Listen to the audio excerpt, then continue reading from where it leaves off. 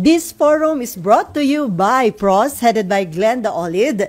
And our guest for today is the Chairman of Committee on Local Government, and he is the Senior Deputy Majority Leader. Let us all welcome Senator J.V. Ejercito. Hi, sir. Good morning. Hi, good morning. Magandang umaga sa iyo. Nice to be back in Kapihan. Marami tayong issues na pwede i-discuss ngayon. Maraming ganap ngayon, so we can start. Sir, unahin ko, finally yung House, inapprove na nila yung daily minimum wage bill. Kaya lang malaki yung difference between yung version ng Senate at House. Sa Senate, 100 peso. Sa House, 200 peso. So, napag-usapan na ba ng Senate paano i-address yung magkaibang version? Kung through BICAM or may plano ang Senate na i-adapt na lang yung House version? Well, the Senate passed yung 100 peso wage hike last year pa yata, no? Yeah, nauna po ang Senado. And then yung sa House, kahapon lang ho natin nakuha yung balita yesterday afternoon. So hindi pa namin napag-usapan on how to go about it, pero malaking difference. So 100 pesos and 200 pesos. So siguro before we adjourn, siguro kung abot to, kung kailangan mag-BICAM, sa amin naman kung ano yung in my personal position, if whatever we can give to the laborers, bigay natin, no? Kasi yung inflation natin, sobrang taas na rin ang bilihin ngayon. So kung yung 100 pesos makakatulong na yun, bakit hindi natin ibigay? Kung 200, kung kaya, bakit hindi, no? Siyempre, kung kaya nga but we have to strike a balance always. We have to make sure also that yung business will be able to survive, na hindi naman mamatay yung negosyo, no? Baka kasi masyadong mabigat sa iba yan, especially for the small and medium scale businesses. So may kasabihan nga, we do not kill the goose that lays the golden egg. Kumbaga ibibigay natin yung maganda politically, pero baka naman pinapatay natin yung negosyo. So ang gusto ko makita dyan, data, statistics, information from, kailangan natin i-balance both from the employees, business sector, and also sa economic managers, kung ano yung kakayanin. Sa akin, kung ano yung sagad na pwedeng ibigay natin sa mga manggagawa, ibigay natin. Especially with the rising prices of commodities, no? Yung 100 pesos, ano na lang ba mabibili mo niyan? Pero kahit papano, sa pang-araw-araw, makatulong at makadagdag yan. Kung 200 pesos, well and good. Mas maganda kung may bibigay natin. But also, we have to look into the survival and sustainability. Yung basta kakayanin po ng business sector, kung hanggang saan yung kaya nila. Yun ang gusto kong, siguro personally, kung hanggang saan yung kaya nilang ibigay, siguro yun ang dapat nating balansehin. So, kung ano yung sa akin, kung kayang ibigay para sa magagawa, ibigay natin. So, sa tingin ninyo, may nakausap ba kayo sa business sector kung alin sa kanila yung mas acceptable, yung 100 o yung 200? O alin ba? Meet sa gitna, 150? Well, sa ngayon, wala pa dahil kahapon lang lumabas yung sa House version. No? And marami akong, syempre mga feedback, nakikita natin yung natatakot yung mga small and medium scale, baka hindi raw nila kayanin. But, yun nga yung gusto natin makuha, no? I know we do not have time. We only have 3 session days to go. Pero kung sakali, kung magkakaroon ba ng BICAM, magpatawag ang leadership, I want to get the information from the economic managers, of course, yung employers, kung hanggang saan yung kaya nila ibigay. Pero hanggat kayang isagad natin. Yung kaya ibigay. If it's 100, if 150, kung 200, bakit hindi natin ibigay? Pero sir, kagabi, hindi pa ito napag-usapan kung ano yung magiging stand ng Senate, kung mas gustong mag-BICAM o i-adapt yung... Well, napag-usapan din yan because we are pressed for time, no? Dahil marami pa tayong mga priority measures that are up for approval na hinahabol natin. Well, napag-usapan, sabi nila, ba't di na natin adapt yung sa kanila para matapos yung 200. na. But siguro, we have a few days to consult kung sino man pwede natin makonsulta. Right now, wala pa namang stand opposition ang leadership to. Wala pa namang nasabi. Pero kasi kahapon lang ng hapon to no, na lumabas yung, nabasa ko lang sa social media rin, yung sa news, yung pagpasa ng 200 pesos sa wage hike sa House.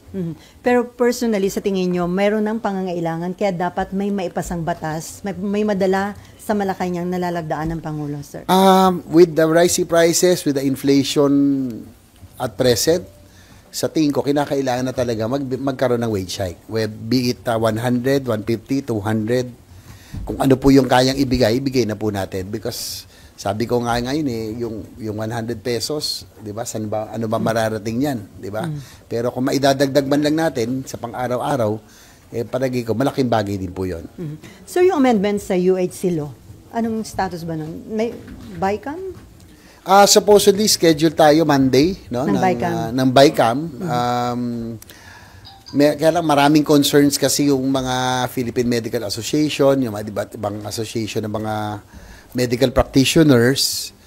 Kasi po yung House version, marami silang mga provisions, no, na idinagdag, no? Pero sa Senate version, basically it's just adjusting the premium contributions, no? Kasi nga po ang rationale doon, ako po ang principal author nito,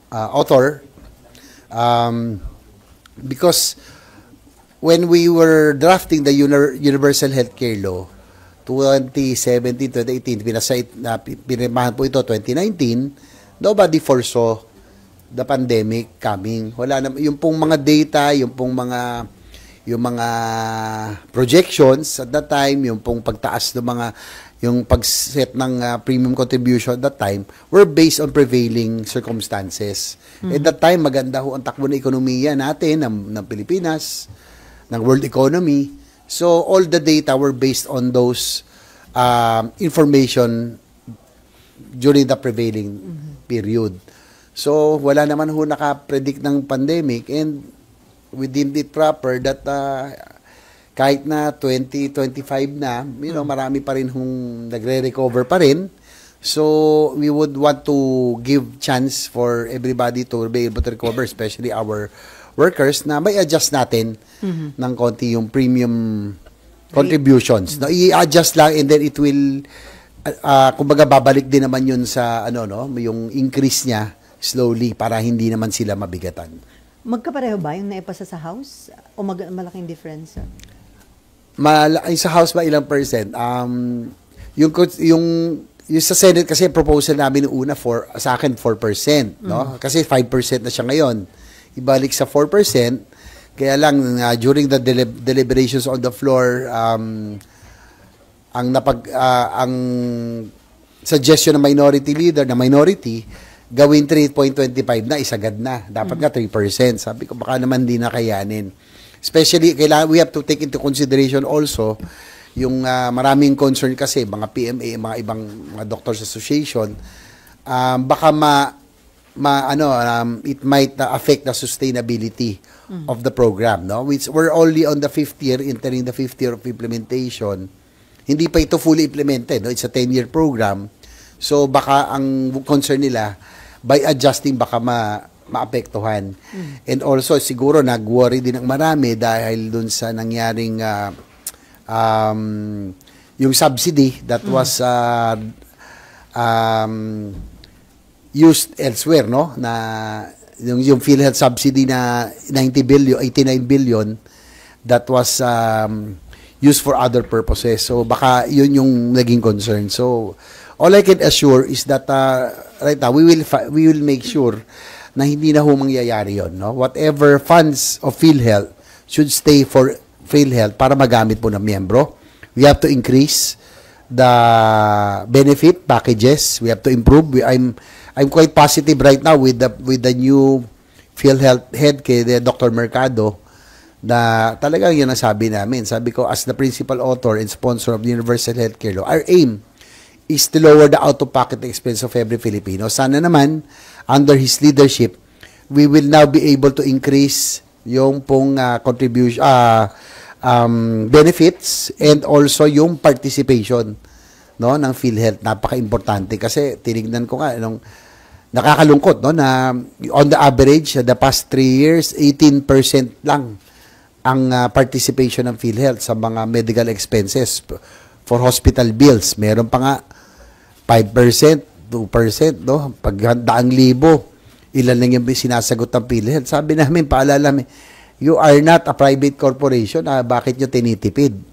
Pag public company, whatever, especially for services, dapat yan inuubos for the benefit of the members. So, right now, also, we are scheduled to have an oversight committee hearing on the implementation of the UAC kasi 5th year na. So halfway na.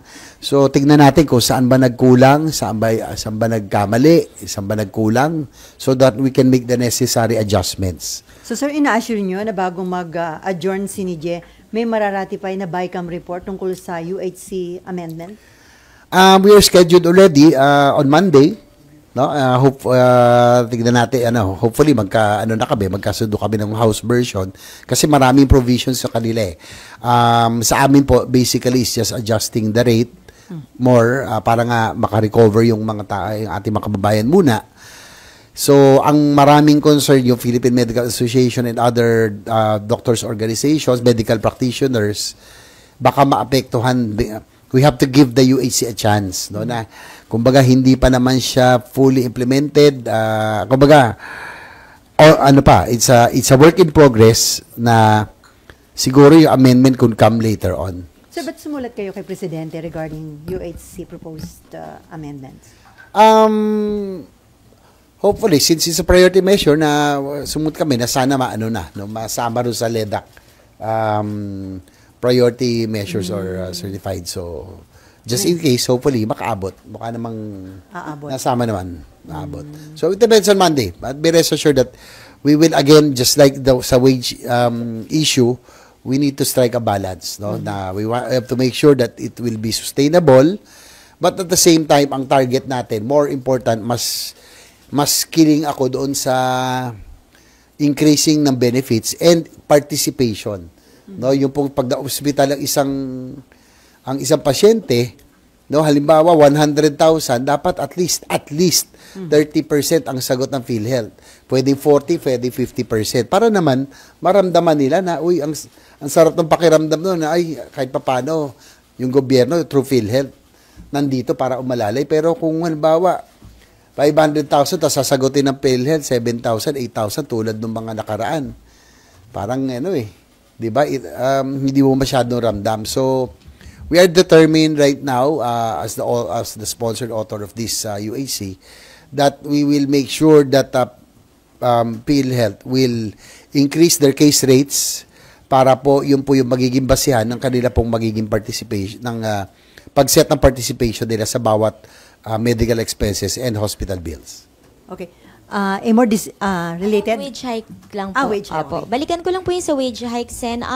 How strongly is the Senate considering yung pag-adopt ng House version? Sa lounge po ba siya na pag-usapan kagabi? How many senators are pushing for it?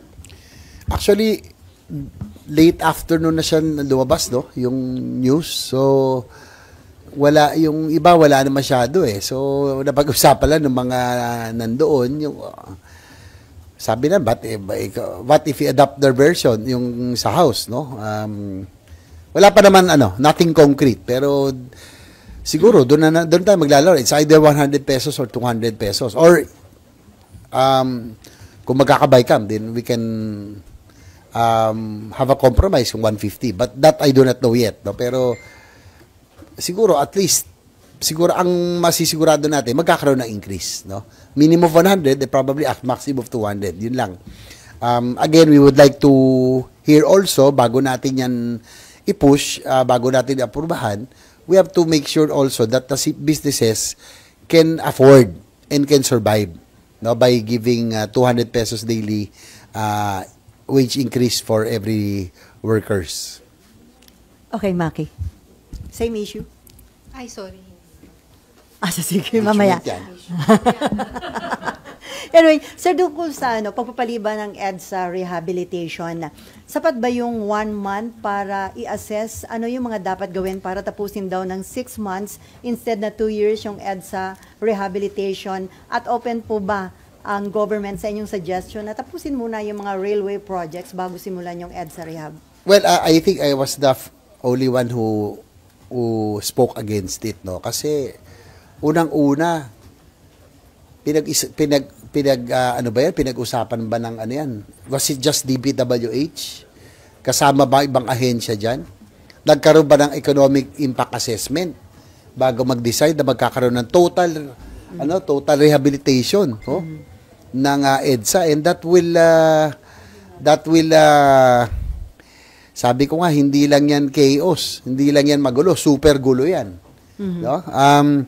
Right now, what we have right now, yung volume ng vehicles, talagang sobra-sobra na. Meron akong ano yan 1.8 million motorcycles, 1.5 million cars, 125,000 PUJs, 20,000 buses. Ito yung volume sa Metro Manila, no? And the main thoroughfare, of course, is EDSA. Ang isa pang worry ko dyan, yung vehicle sales sa binigay kong data noon, 300,000 every year. Ngayon po, 2024 to 2020, 500,000 pala ang bagong vehicle sales. No? So, anong ibig sabihin nun? In 3 years' time, we will have about 1 million vehicles added to our streets. And EDSA is not kahit anong rehabilitation ang gawin dyan. Hindi naman yan lalapad, di ba? Yun na yun eh. Ang gagawin ng rehabilitation, reblocking, ayusin yung pavement, ayusin ang sidewalks. So, ang problema natin is the volume of cars. So, kahit gaano kakinis pa yung EDSA na pwede mong higaan, sa ganda, halimbawa yung kanilang pagkakaayos, yung vehicle volume will still be the same. That's why, my suggestion is finish the ongoing railway projects, the North-South Commuter Railway, the Metro Manila Subway System, the MRT-7, and kung meron pang ibang maidadagdag. I have been talking about pushing for the railway system for the longest time, na sabi ko sa House noon, naalala ko pag nag-privilege speech ako about the railways dahil hindi pa naman masyadong traffic, wala naman nakikinig sa akin nun eh. But I think this is the way to go. Sabi ko, railway is the only way. Because of our increasing population, our development, yung volume ay dadami na, hindi na talaga mababawasan. Ito po yung ginawa ng ating ASEAN neighbors, Thailand, Malaysia, Indonesia, and now Vietnam. They invested heavily in infrastructure in the 90s. Ngayon po, pag pumunta kayo sa mga bansang to, they are already reaping the fruits of their labor. Ang Vietnam, inuunahan na tayo. So, yung economic impact assessment, kaya ako nabanggit, ano po, ang problema natin, we're losing 3.2 billion a day because of traffic. No? And it will increase to 5.6 billion by 2035 kung wala tayong gawing high-impact projects for infrastructure.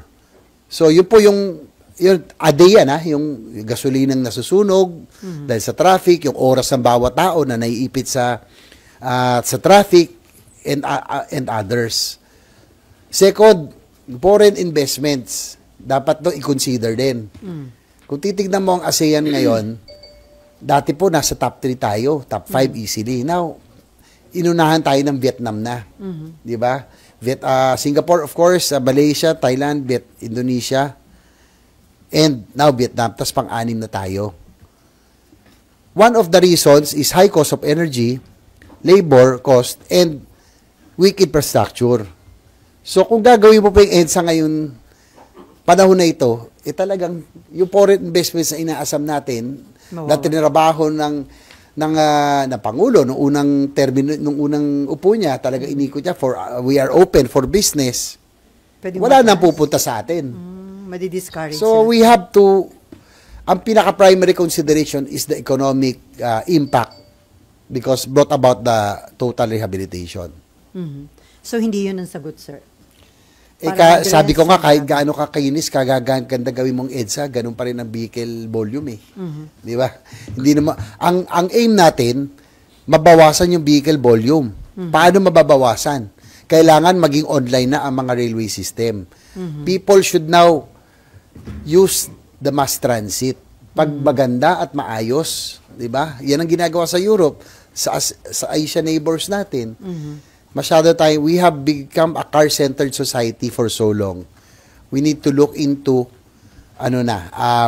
mass transit because of our growing population. And I think it's not only convenience, that's why I'm pushing for the railway system, improvement of airports, infrastructure, because it will spread out the development.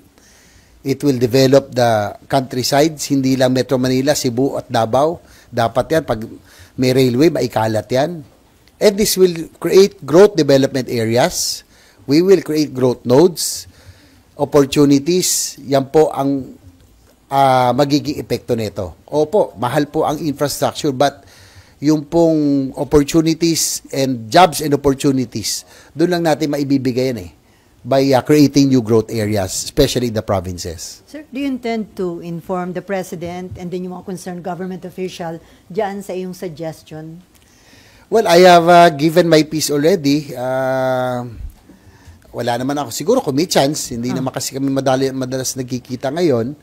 But if I am given the chance, I will tell the President, I'm hoping that itong last 3 years, ang daming political noise, ang daming ganap ngayon, but doon ako frustrate kasi we have a lot of catching up to do. Ang dami nating problema, ang dami nating kailangan gawin para makahabol sa ating mga Asian neighbors, para maging attractive. And one is infrastructure, no? Na fast track natin dapat yung ongoing NSCR, Metro Manila Subway System, Mindanao Railway at yung South Long Haul papuntang Bicol na cancel pa or put on hold. Ang suggestion ko, sana itong i-prioritize, hanapan ng magte-take over yung South Long Haul going to Bicol in Mindanao Railway System, because this is this is how we will be able to create jobs and opportunities, by laying down the tracks, laying down the infrastructure.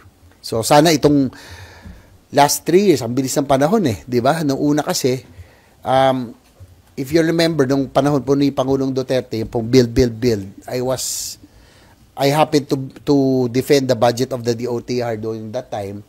Kaya po nung nasil po yung NSCR and the Metro Manila Subway with Japan, lagi po ako nakasama doon and I was a witness. So, na-excite po ako kasi ito na yung di ba? At least mangyayari na. On the hindsight, 1998 pa, panahon pa ng President era, North Rail, South Rail, we lost already almost 30 years. Diba? So, na-excite ako doon. And then, nung pagpasok po ni President Bongbong Marcos, yung build, gagawin build better more, mas lalo ako na-excite. Mas dadamihan pa at magko-concentrate siya infra. Anong nangyari? Nabinbin itong yung South Long Haul and Mindanao Railway. Dapat ito, Mr. President, ako, kaibigan po.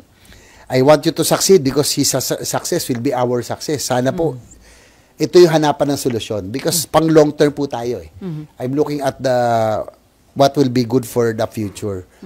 Hindi lang, maraming sabi, kailangan natin trabaho at hanap buhay. I think ito po talaga ang investment natin for jobs and opportunities. So sir, ano yung expectation mo under the leadership of Transportation Secretary Vince Dizon? Considering nakakausap mo siya, lahat ba itong mga frustration mo na nadidelay ng mga projects, may commitment na well, I'm optimistic with Secretary Vince Dizon. Actually, nag-meet na kami nung a few weeks before, after he assumed office, kasi since ako po ang malamang na mag-defend ng DOTR budget dahil medyo kabisado na rin natin yan, yun lang ipakiusap ko sa kanya na sana yung pang mga infrastructure projects na put on hold, dapat i-pursue. And he agrees. And I think he's bagay na bagay ito si Vince Dizon for the job kasi marami tayong hahabulin Sabi ko nga, kung lahat ng government official tulad niya na yung hyper, Energizer Bunny nga, Totoy Bibo, lahat na. Pero yan ang kailangan natin And I'm in constant communication with him in the improvement of infrastructure. Hindi lang po yung railways, even the improvement of the airports, seaports. Nag-uusap na kami kung ano yung kinakailangan. May mga ina-identify ako kasi advantage ko, layas ako di ba? Because of my passion for riding, napupuntahan ko halos lahat. For example, yung mga airports, Umati airports for the eastern side of Mindanao, kasi malayo yan sa sa Davao, pero Davao Oriental, Compostela, Davao de Oro, Caraga region will benefit. Ang ganda rin ng lugar na yon, no? Maraming tourism areas and agricultural centers, but it's about 3-4 hours away from Davao City. So maganda ma-improve natin yung Umati Airport. Nilagyan natin ng funds yan last year. Daet Airport also, Naga Airport, para naman na siya, maging hindi na naka-cancel flight. So we are talking already on different infrastructure needs that we can fund to improve and help stimulate economic growth. Nag-usap na kami maaga, ano pa yung mga ports, airports, pero yung pakiusap ko talaga, sana yung po South Long Haul and Mindanao Railway, matuloy na. Actually, na-zero yan sa budget na nga for last year. Coming from the House, wala na zero budget. Nilagyan ng Senado yan ng at least 200 million each for the Project Management Office to continue na at least magtuloy-tuloy yung monitoring, yung studies, yung monitoring ng right of ways, na kung may sakaling meron ng entity na mag-take over, ready na tayo, hindi yung magsa-start right from scratch. So it was the Senate who added so that the Project Management Office will continue for the South Long Haul and Mindanao Railway System. Okay, before the issue on impeachment and Senate leadership, sir, sinabi ni Secretary Dizon during the confirmation hearing na hindi viable sa ngayon yung public transport modernization program. Although parang itutuloy siya, kaya lang dapat munang ma-address dahil ang dami pang problema. So, well, yun naman hindi natin kasi pwede talagang pilitin pag hindi handa, no? Just like NCAP, yung stand ko, I was one of those who sabi ko okay po yan, pabor po tayo dyan. That will instill discipline and improve yung enforcement, but the necessary infrastructure has to be there. Ito public PUV modernization, maganda po yan, no? It will make transport more modern, more reliable, more safe. Kaya lang kailangan din handa. Sa pagkakaalam ko may mga problema pa kasi yung yung consolidation ng lines, no? Parang dapat maayos ngayon kasi LTFRB for so many years magulo. Issue na lang left and right ng franchises, but now we have to do it right, no? Na halimbawa, andyan na yung mga railway. For example, railway na naman ako. Dapat yung mga feeder diyan, yung mga linya, yung mga linya ng buses, main buses, dapat naka-coordinate din doon, no? Naka-integrate. Tapos yung mga feeder line ng mga public jeepneys naman, naka-integrate din po doon. So, it's a general, dapat magkaroon talaga ng master plan for the routes as well para maging mas maayos. Kaya lang kung hindi pa handa, huwag natin puwersahin. Kumbaga, slowly but surely siguro, dapat gano'n ang gawin natin. Dapat hindi naman, especially yung iba na marami tayong jeepney drivers, operators, buses na kailangan din, may alternatibo rin sa kanila na maibibigay na hanaboy kung sakasakali or dapat ma-integrate sila dito sa bagong PUV modernization. pati daw yung supplier dapat mapalitan, sabi yata na Malacanang, sir.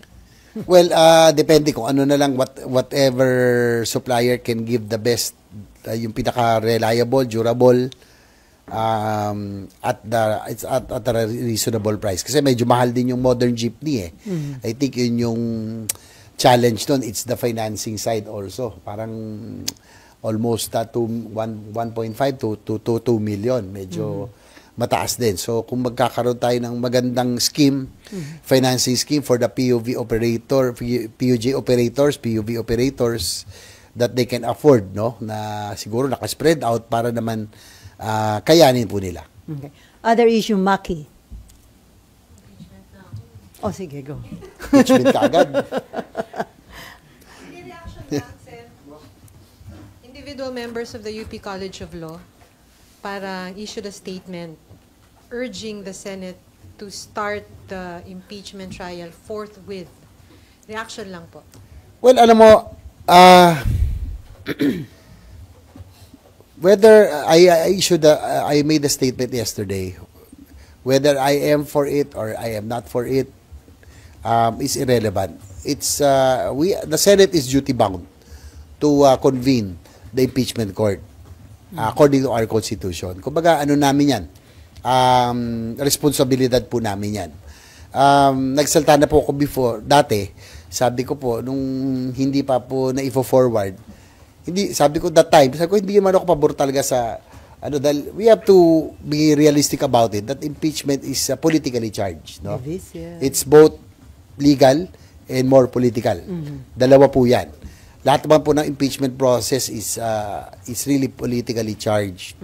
And my worry at that time, alam niyo naman, I shared my frustrations na naiiwan na po tayo na ASEAN neighbors natin, ang dami nating problema. No? Hindi lang transport, hindi lang to railway, hindi lang to airport. May energy pa tayo na dapat tignan. Power plants that would need to be online. Agriculture. Ang dami nating problemang kinakailangan na ayusin.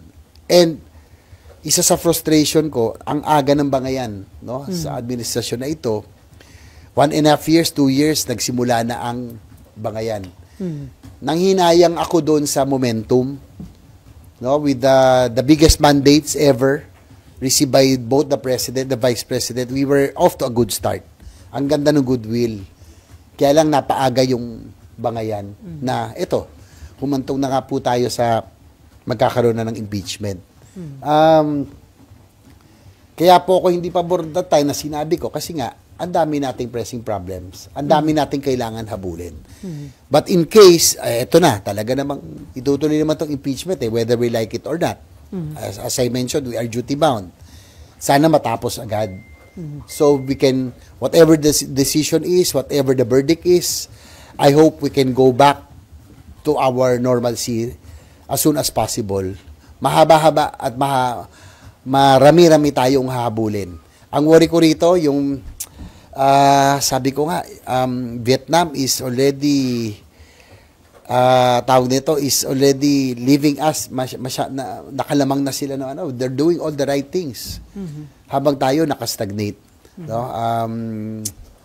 Meron akong figures nakalimutan ko lang pero talaga yung FDIs nila, we are getting just probably half or even less. So ito po yung concern ko. Kaya sana kung sakali man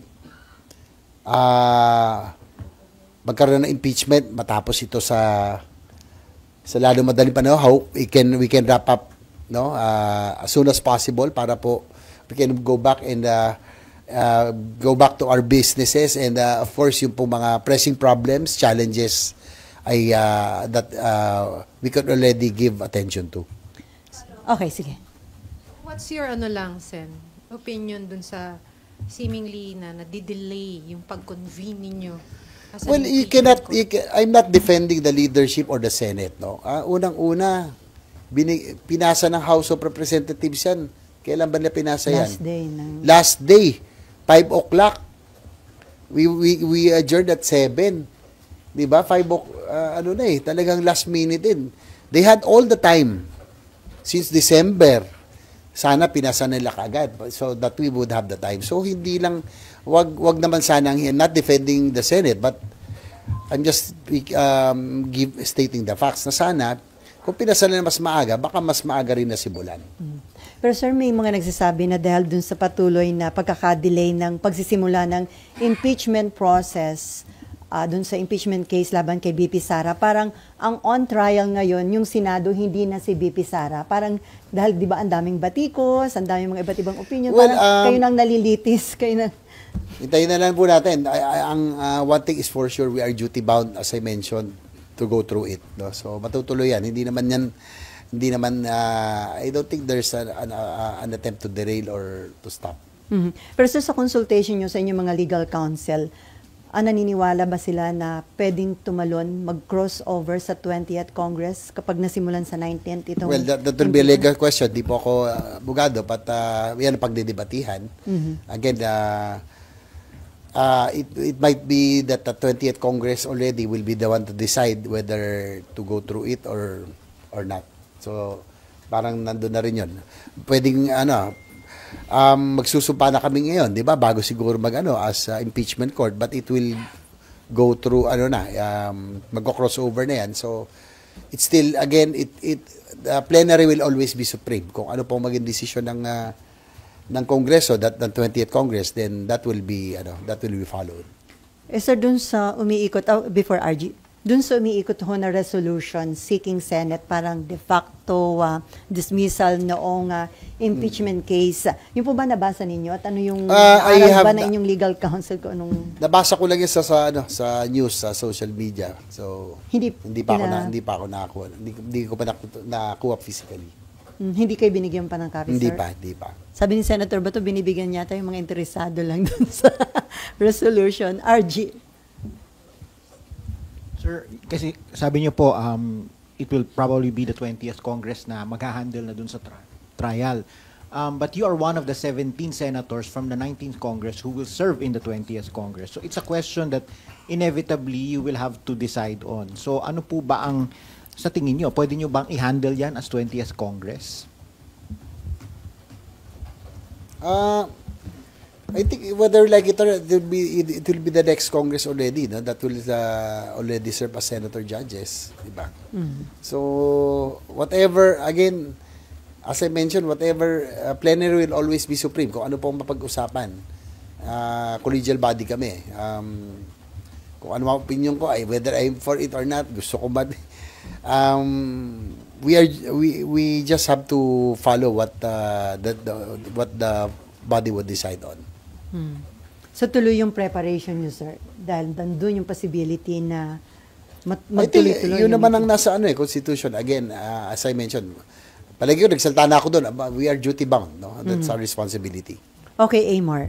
Sen, but what are your thoughts so far doon sa resolution? Sabi niyo po kanina, you don't think there is an attempt to delay or to stop the impeachment proceedings. Pero yung resolution po na umiikot is for the de facto dismissal of the we are in impeachment case. democracy. Iba-iba tayo ng posisyon. No? Kaya nga democracy tayo eh. So, lahat yan, we have to engage in debates, discussions to be able to come up with the best solution, no? So ano lang yan, it's one nanggaling yan sa isang legislator, then isang group, then we will discuss on it, no? Hindi naman ibig sabihin may lumabas yung ganyan ang lahat. Kayo po, Sen, are you inclined to side I cannot, or support or probably not? I cannot speak anymore on impeachment because actually, hindi na ako dapat magsalita dyan because we will be serving as senator judges. Ano na nga kami, may instruction na kung pwedeng hindi na kami magsalita about it. But I think I have already given my position that we have to go through it. No, kasi kami will be serving as senator judges in the event that it pushes through. So, siguro na, para lang mawala yung na meron kaming bias, meron kaming inclination. So, whether, for example, I'm in favor of pushing through with the impeachment because sabi ko nga, duty-bound kami. Hindi maibig sabihin for conviction na ako. Diba? And that will give the accused also the chance to clear his or her name. Diba? And narinig ko rin si BP Sara, gusto na nga niya para malinis mabigay niya ebidensya. So, ayun. So, it doesn't mean that kung pabor ka na matuloy yan, ay for conviction ka na or non-conviction. Sir, hindi sabi nga ni Senator Coco Pimentel, the mere fact na na-impeach si BP Sara sa Kamara, parang karapatan daw ng taong bayan na malaman ano ba yung mga ebidensya mayroon yung mga kongresista na nag-impeach sa kanya, and at the same time, mabigyan ng chance si BP Sara na sagutin yung mga kaso laban sa kanya. Well, yun naman talagang nun. I think it's how the impeachment is designed so that the impeached can be given the chance also to air his or her side. So, pero sir, ito bang pagkaka-delay ng pagsisimula ng impeachment process sa Senate, may connection ba ito sa Senate leadership? Wala naman siguro. I don't think there's any connection with that. Masyado marami ng issues, marami ng angulo eh. I don't think that's connected at all. So, intriga lang po ba yung lumabas na balita? Tingalo, kasama ako doon sa sa mga caricature eh, 'di ba? Sa 11 na stop impeachment. I've already said, no?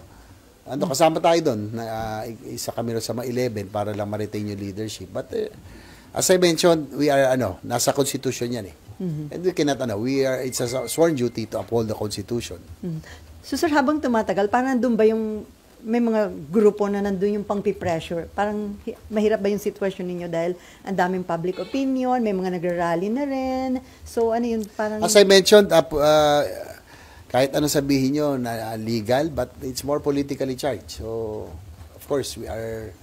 Tao din tayo, no? We are sensitive to the public opinion, to everything. Kaya as much as possible, we do not want to say anything anymore about it, no? Kasi when it convenes, magkakaroon kami, pag may nasabi ako ngayon, gagamitin again. Magiging tainted na ako doon, baka maano pa ako. Sabihin mag-inhibit pa, 'di ba? I will mababawasan pa ng isang hurado. So that's why I wouldn't want to comment anymore ng constipation. I guess I have already said my piece. How about sa Senate leadership? Ilan na po ba yung nangliligaw para hingin ang inyong suporta, sir? Natural naman po 'yan na in a new Congress, no, talagang unfortunately panay kapartido pa mga I am torn in between, no. I serve under Senator Soto also. Malaki pong utang na loob ko sa kay Senate President Soto also because it was during his Senate presidency that I was able to pass 2 landmark legislations. Yan po Universal Healthcare Law and the creation ng Department of Human Settlements. Siya po nag-push talaga sa akin nun. And I owe that much to him. Pinagkakatiwalaan din niya ako nun. Parang wala pang deputy majority, but I was also always more often presiding or helping in the deliberations on the floor. Kay Senator Zubiri naman, di ba? I became deputy majority leader, but now kay Senator Cheese, now a Senate President, he asked me to be deputy majority leader again, and I'm part of the leadership right now, no? And I would say that not to defend or to praise him, but I think the Senate was able to pass a lot of priority measures. Medyo marami ring accomplishments under the leadership of Senate President Chi. So it's a difficult choice, no? Pareho kung naging kapartido, NPC po kami pareho. So but we'll see. Hindi naman ako pwedeng I told na siguro kung sakali may manliligaw sa akin, I'll be the last na lang siguro because I'm part of the leadership of the Senate. So you are torn between Senate President Cheese and former Senate President Tito Soto. Oo nga eh. Siguro para hindi ako mator, tatakbo na rin ako Senate President. Para hindi na ako mag-isip. Tatakbo rin ako para wala na akong papaligan. How about Senator Amy Marcos? Hindi hinihingi pa ang suporta niyo, sir? Hindi naman siya nagsabi sa akin. Kabiruan ko yun. Matagal ko na rin kaibigan yan. Pero sa bandang huli, ano yung mga i-consider mo sa pagde-decide mo? Sino yung susuportahan? Well, of course, first and foremost, who will be better and good for the institution. No? We have so many challenges, we have so many problems, ang daming problema ng bansa. We are in challenging times, no? Challenge talaga. So I guess I will have to choose a leader who will be able to steer the Senate during these turbulent, challenging times. Okay, okay, si Mark muna and then si Maki. Yes, about the Senate presidency pa rin, Senator. Since sa NPC, has the party leadership told the members in the Senate to toe the line, to step in na para wala na po yung ganitong difficult choice between 2 NPC members? And my second question is, has SP Cheese ever offered the majority leader post to you as to get your support? Siguro doon po sa partido, mahirap kasi pareho kapartido namin, no? Former Senate President Soto is NPC. Si Senate President Cheese is also NPC. Senator Loren is also NPC. Halos lahat kami dito, marami kaming NPC sa there's no instruction from the party. Kasi nga parehong kapartido eh. Siguro kung isa lang madali. So probably mahirap din para sa partido mag-decide on who to support.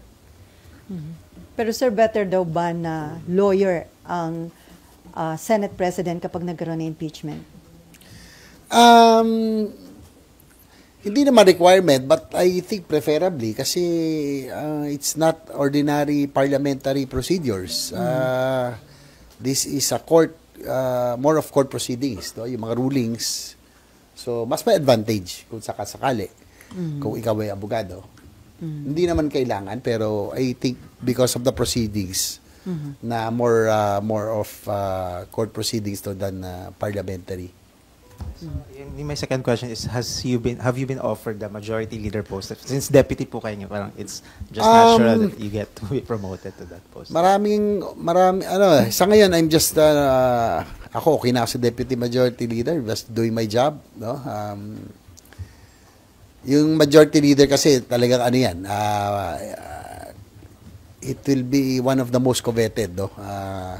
I-offer. So, marami talagang offer pag may change in leadership. Pero sa ngayon, siguro okay na ako sa deputy lang. Kung mabigyan akong by opportunity, why not? 'Di ba? Pero whether I be offered or not, again, primary consideration will be someone who will be able to uphold the institution, especially and steer the institution during these challenging times, and yung pong uphold ng Senate as an institution. Okay, Maki? Actually, Sen, ika-clarify ko lang. Soto and Cheese lang ba? O may iba pa? Si Amy pa. I think Senator Amy already also. So officially, Kasi meron ilan na din yung silang lumapit block sa inyo? di ba? So we do not know. It's a numbers game. Whoever can get the 13 or more, ganun yun eh. Kailangan 13 or more. Ilan na lumapit sa iyo, Sen? Lahat sila? Makakausap naman. Of course, sabi ko, tignan natin. But sabi ko na lang, station still ongoing. We are still in the 19th Congress. I'm part of the leadership as a courtesy and respect to Senate President Cheese, who gave me the trust and confidence. Siyempre, kung sakali, I'll be the last. Kung sakasakali na meron talagang change. Because I'm part of the leadership of Senator Escudero at present. Sir, option din daw ba yun na magkaroon na lang ng gentleman's agreement during the impeachment trial, SP Cheese, and then after that, saka SP Soto? Well, nasa sa kanila na po yun. No? Mas maganda, walang away. Mas maganda, magsama-sama kami. No? Especially that we're in one party. So, ideally, mas maganda kung hindi kami magkawatak-watak dito. Malaking factor po ba yan kung sino magiging Senate President dun sa distribution ng committee chairmanship? Of course, kasama naman po yan, no? Yung committees, yung leadership positions. Natural po naman yung kasama po yun sa mga panliligaw eh. So, we'll see. But ako I'm already satisfied with what I am handling right now. No? Committee on Local Government, before Committee on Housing, as deputy, majority. Right now, parang ako rin yung majority kasi during the campaign, at saka ngayon, halos ako na rin yung functioning. So, I'm quite happy. I'm already happy doing my job, my task, no? That is asked of me. Okay, no more. Sir, last na lang, bilang dating Committee on Health Chairman, conforme ba ka ba sa panawagan ng Department of Health na ideklara ni Presidente na National Public Health Emergency na itong HIV cases dahil 500% yung increase kung saan karamihan pa ng victims kabataan? I think we leave it up to the experts, no? Siguro DOH. Doon sa UHC, meron tayong HTAC, yung mga experts, mga specialists. Mas alam po nila yan eh. No? But in case, it's quite alarming kung 500% ang increase ng HIV cases among young and yung mga Gen Z, no, kailangan we have to look into it, no, talagang kailangan bigyan attention na yan on how it can be prevented, no. Lalo na sir, sa Palawan may 12 o 13-year-old na victim ng HIV. So, Masyadong bata, alarming no? na po. Medyo alarming. So, it's up to, kung nasa presidente, kung ano po yung kanina desisyon, I think the experts know better than us. We're just there to support. Kung kinakailangan ng funding later on, magbabudget na naman. I'll be vice chair, so I'll be handling some agencies. So, doon lang ako makakatulong eh. So, I think those things will leave it to those in the health department and the experts. Okay, no more? On that, okay, JD. Isa lang po. Balik lang po sa wage hike. Ayun, so since naghabol na po tayo and other senators also expressed yung support sana dun sa 200 peso wage hike. Pero ang kinakatakot nga rin is baka mamaya veto or hindi balance. Do you think dapat makonsulta rin si Pangulo kung para magkaroon tayo ng close figure kung ano yung mas feasible? Of course, kinakailangan siguro, bago siguro, kaysa ma-veto, no, minsan pag may chance naman, tinatanong natin kung ano pa yung concern para we can make the necessary adjustments or,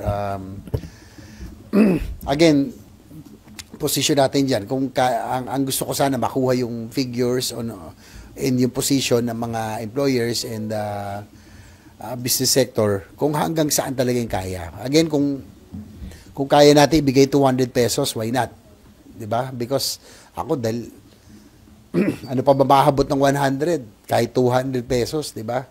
Sa taas ng presyo ng bilihin sa bigas pa lang. Diba? So, kung ano yung kaya natin ibigay, sana naman i-share ng blessings ng ating mga business sector, no? Pero yung pong we need we need to strike the balance as to what can be given and as to what can be afforded, no? Kung ano po yung kayang i-afford or for survival. So kailangan balance, hindi naman natin pwedeng ibigay tapos mamamatay naman yung negosyo, mawawalan tayong trabaho. So yun yung we need to find that sweet spot, which is very difficult, no? Pero kung ano po yung compromise, whether it's 100, 150, 200, as long as there's a wage increase, I'll be happy to support, no? Kasi kailangan na with the present prices, present inflation and rising prices, kailangan natin mabigyan ang ating labor sector. Okay, on that note, thank you so much, Senator J.V. Ejercito. Thank you.